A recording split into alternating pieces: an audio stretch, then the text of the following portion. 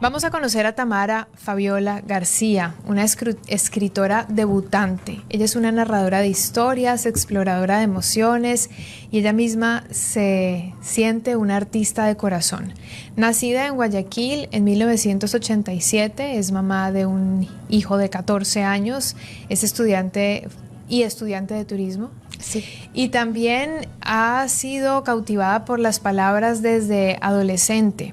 Ahora ha decidido entonces entrar en el mundo literario con una novela que se llama La Hacienda de las Flores. Se desarrolla en el Ecuador a finales del siglo XIX y es un relato fresco que me gustó cómo comienza esta historia, y no de leerla, sino de la sinopsis, y su autora nos va a poder explicar mucho más. Así que Tamara, bienvenida a Nuestra Lupa y bienvenida también a Las Letras. Bueno, buenas tardes. Muchas gracias realmente por recibirme. Es un gusto para mí poder estar aquí y compartir contigo, con todos, de qué se trata mi novela. ¿Siempre has escrito? ¿Siempre te ha gustado escribir? Toda la vida me ha gustado leer y escribir, pero desde los 13 empezaba a leer los típicos cuentos tradicionales o libros de escalofríos o diferentes tipos de libros, de Harry Potter, cualquier cosa de acuerdo a mi edad. Y me gustaba escribir poemas. Lamentablemente esos son los poemas que uno coge, escribe en un cuaderno y se perdieron. Y se perdieron, y me arrepiento ahora. Pero bueno, siempre me ha gustado. Lo que pasa es que ahora realmente me lancé. Mi sueño siempre fue escribir una novela. Entonces me lancé a hacerlo. Bueno, la novela empieza cuando una joven mujer recibe el diario de su tatarabuela, aproximadamente por el año 2000, y en ese cuadernillo descubre y conoce cómo había sido la vida de su tatarabuela a finales de los 1800. ¿Qué más? Es. Bueno, esta joven recibe el diario en una época muy complicada de su vida, casi 100 años después. Este diario pasa por un motivo, que no lo diré aquí porque tienen que leer la novela, de generación en generación a cada mujer y a cada hombre realmente de la familia, porque no quieren que se repita ciertas historias. Entonces hay diferentes personajes, hay muchos, pero los tres principales son tres mujeres, tres niñas de diferentes edades. Entonces, como tú sabrás, bueno, en esa época el cortejo era diferente, había muchos prejuicios, más que todo sobre lo que querían hacer las mujeres. La novela se ambienta en Ecuador, en un lugar cerca de Guayaquil. También hablo de Guayaquil, pero soy guayaquileña de corazón. y es muy interesante realmente, trae diferentes perspectivas de cada personaje, cada situación del amor. También, como siempre, pues tiene que haber un antagonista o una antagonista. Entonces te dan perspectiva de la maldad y de las decisiones, sobre todo las decisiones que uno toma, cómo afectan a tu familia, las decisiones correctas moralmente e incorrectas, cómo va afectando a los seres que queremos sin querer. ¿Cómo empezaste a ilustrarte sobre esa época y sobre lo que nos estás hablando? ¿Las costumbres eran otras? ¿Las dinámicas eran diferentes? ¿De dónde te nutriste? De mi abuela. Mi abuelita el día de hoy cumple 92 años. 92 Ajá. años, sí. Y mi abuela siempre me contó historias, bueno, de cómo conoció a mi abuelo, me contaba historias de mi bisabuela. Entonces, realmente la novela, el personaje se llama Blanca, el personaje principal, y es inspirado en mi bisabuela. Ok, entonces, ¿esto pasó por conversaciones o porque te contaban historias de ella? Por conversaciones, sí. Por historias que me contaban, por fotos, que yo por curiosa iba y le decía, abuelita, ¿y quién es ella? ¿Y quién es él? Y bueno, y me explicaba y cómo se conocieron.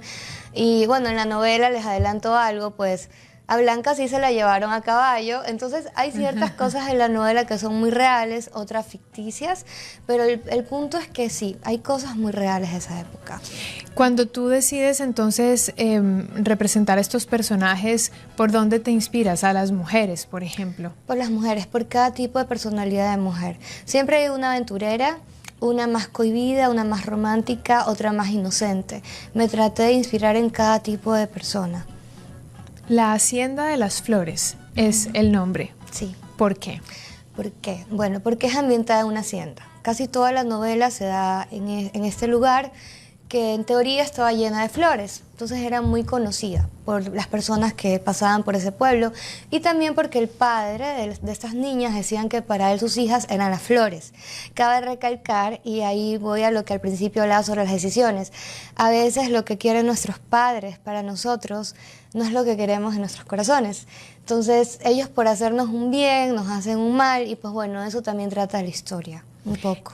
¿Y esto te surge por alguna historia tuya? Por todo, por historia de mi familia, historia mía, historia de tantos amigos que he conocido. Realmente todo, o sea, todo ser humano que he conocido, ahora último, y bueno, también antes me ha inspirado mucho. La lucha de las mujeres, la vida tan diferente, que uno dice, ah, no, bueno, era más fácil porque estaban, que el esposo que llevaba el pan, no, no era tan fácil realmente para ellas. Entonces todo esto me ha inspirado. Mi abuelita tuvo 4 hijos, tuve una tía abuela que tuvo 10. Ha sido complejo, me imagino que para ellas. Así como ahora también es complejo para algunas de nosotras. Y esta historia habla mucho sobre abrir el corazón de una mujer, que no es algo fácil. Yeah.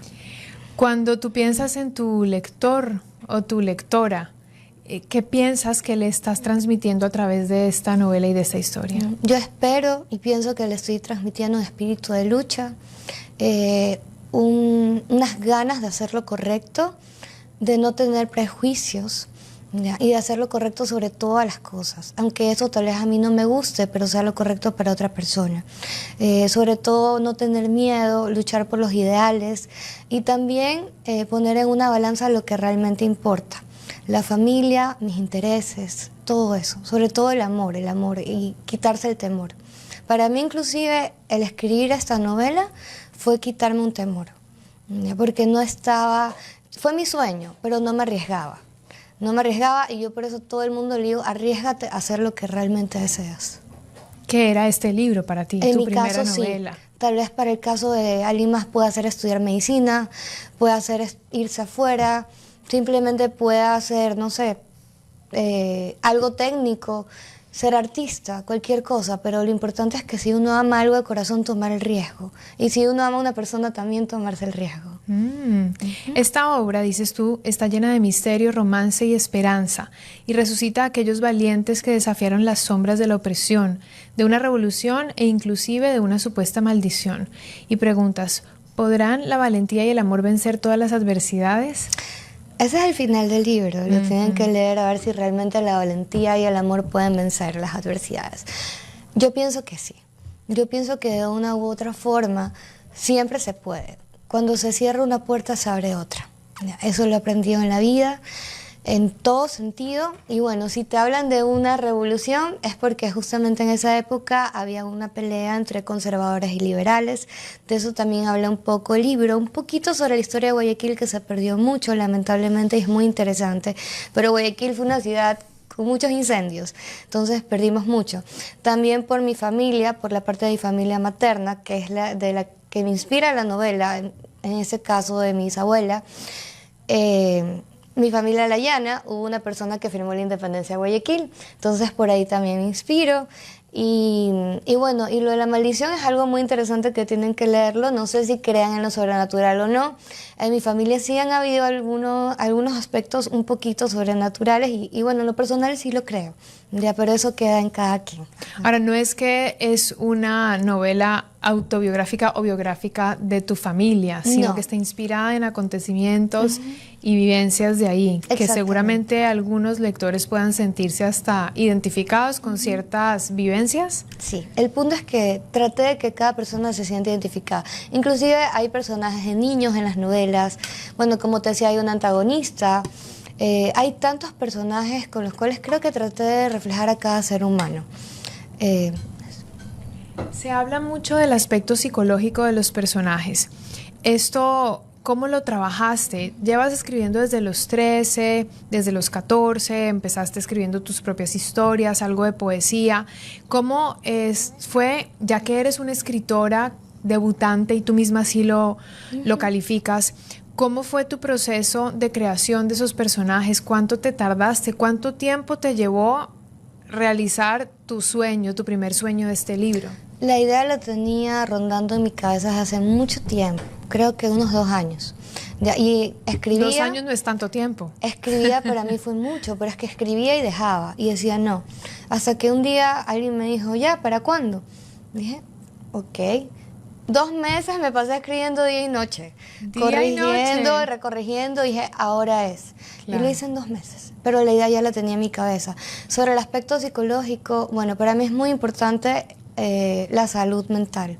Ya es algo de lo que ahora se habla, aunque también es un poco tabú. En esos tiempos peor. O sea, en esos tiempos lamentablemente podía haber un niño con autismo, podría haber una persona con psicopatía, podría haber una persona con depresión y no sabían qué era lo que tenían. Entonces hay un par de personajes que tienen estas dolencias y pues bueno, son muy interesantes porque una es buena y la otra es la antagonista. Entonces, si al antagonista tal vez en ese tiempo lo hubieran tratado de una manera diferente, la historia no hubiera sido la misma. Seguramente. Y lo dices bien, ¿no? Hoy en día ya se habla un poco más de salud mental y ya se están destapando muchos tabús, muchas historias que antes eran, no, de eso no se habla, o que tal vez hasta en las propias familias decían, no, ni lo comentes porque esto se queda aquí entre nosotros. Pero ya hablar de ansiedad, hablar de depresión, hablar de las consecuencias del estrés o de cualquier trastorno de salud mental ya es mucho más común. Mira que en los medios de comunicación masivos ya lo estamos abordando permanentemente. Entonces sí es interesante ver que en una novela como esta, ubicándonos en el territorio que nos ubicas y en la época que nos ubiques, también nos cuentes cómo se vivía esa salud mental. Pero ¿de dónde entonces te nutriste también de esto para poder entender ese abordaje? Tengo familia que son médicos y tengo muchos amigos también que han sufrido depresión. Bueno, esto es un poquito delicado, pero inclusive yo también sé un poco lo que es vivir esto, y la ¿no? ansiedad. Claro. Entonces tal vez no es el mismo caso de la novela, pero hay un montón de gente que se lo esconde y de ahí me nutrí de mucha información. Y de mucha información sobre todo cómo era en esa época, que lamentablemente no era bonito. No era bonito, no era bien tratado y te puedo decir inclusive ahora que yo tengo amigos que no han sido bien tratados, hubieran podido tener otros finales también y es muy triste que por el tabú, ahora en el año en el que estamos, la gente no sepa o inclusive no sepa lo que sientes. Entonces bueno, de ahí me nutrí y también porque casi todas mis familias son doctores. Claro. Aquí tú dices que la novela es romántica pero también tiene un poco de realismo mágico. Esto tiene que ver con esta parte de la maldición y el misterio, porque yo te cuento algo muy personal. Ya, bueno, ya quien quiera lo cree y pues ya queda en cada uno, ¿no? Pero cuando mi abuelito falleció, ya él llamaba a su mamá antes de fallecer, antes de quedar en coma. Entonces, de algo así te hablo en mi novela. También, pues, cuando mi bisabuela falleció, un año después, exactamente después de la misa de difuntos, falleció mi bisabuelo y eso sí te habla mi novela. Entonces son cosas un poquito tal vez sobrenaturales, pero que pueden ser tomadas como realismo mágico porque no todo el mundo las cree y están en su derecho. El punto es lograr que el lector las crea o al menos que la imagine, y eso también te hablo, que a mí me gusta transportar a las personas, pues a quien no conoce Ecuador, espero que mi novela llegue más lejos para que conozcan un poquito de nuestra tierra y de Guayaquil sobre todo. La Hacienda de las Flores es una novela que se desarrolla en el exuberante Ecuador a finales del siglo XIX. Es escrita por Tamara Fabiola García Layana, una escritora debutante. Tú dices, con una pluma en una mano y el mundo en la otra. ¿Qué quieres decir con esto? Bueno, soy tripulante de cabina. Entonces ¿Tu profesión es esa? Es esa, ajá. Entonces trato de tener pues mi pluma en la mano, ya, y tratarme de llevar el mundo en la otra. O sea, no es fácil. Ya tengo un hijo también. Realmente no es fácil nivelar tu vida cuando te gusta hacer una cosa, pero haces otra que también me encanta, que es volar. Y trato de conocer el mundo. O sea, habla sobre que realmente en mi caso es una pluma, en el caso de otra persona puede ser un pincel. No sé, en el caso de otra persona puede ser lo que sea, ya, lo que sea, pero tener el mundo, o sea, sentir que eres parte de él y sentir que quieres conocer más de él, de la historia y de todo en general. ¿Hace cuánto tiempo te dedicas a ser tripulante de cabina? Es decir, ¿hace cuánto tiempo vuelas para conocer el mundo? Desde que tenía 22 años. Ahora tengo 36. A ver, Bastante tiempo ya. Y en la aerolínea en la que trabajo actualmente son casi 6 años. Mira, ¿y qué experiencias de esos viajes tú pones en esta novela? ¿Te llega o no? ¿O eso lo dejarás para el siguiente No, libro? eso lo puedo dejar para otro libro. Lo que sí te puedo decir es en cada viaje, en cada persona que está en el aeropuerto, cada una tiene su historia.